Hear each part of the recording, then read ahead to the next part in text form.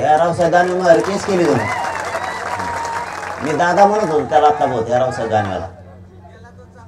मी त्याला दादा म्हणतो, हमेशा आदर करतो. पण त्यांनी त्या PSI म्हणला जाऊन आमच्या कार्यकर्त्याजवळ SP ते की रावसाहेब दानवेने करायला लागली. कवाची मार्चमध्ये कवा आम्ही कार्यक्रम घेतला होता तवाची केस माझ्यावर आत्ता करायला लागली. तू काय करशील? केस करीन मग जेला जायला देत नाही. जाऊ दे. तो कोणतरी उभा राहील ना आता तो उभा राहील ना कोणतरी. तो उभा राहील ना मग दाखवतो कचका त्याला. आता कर उभा तू.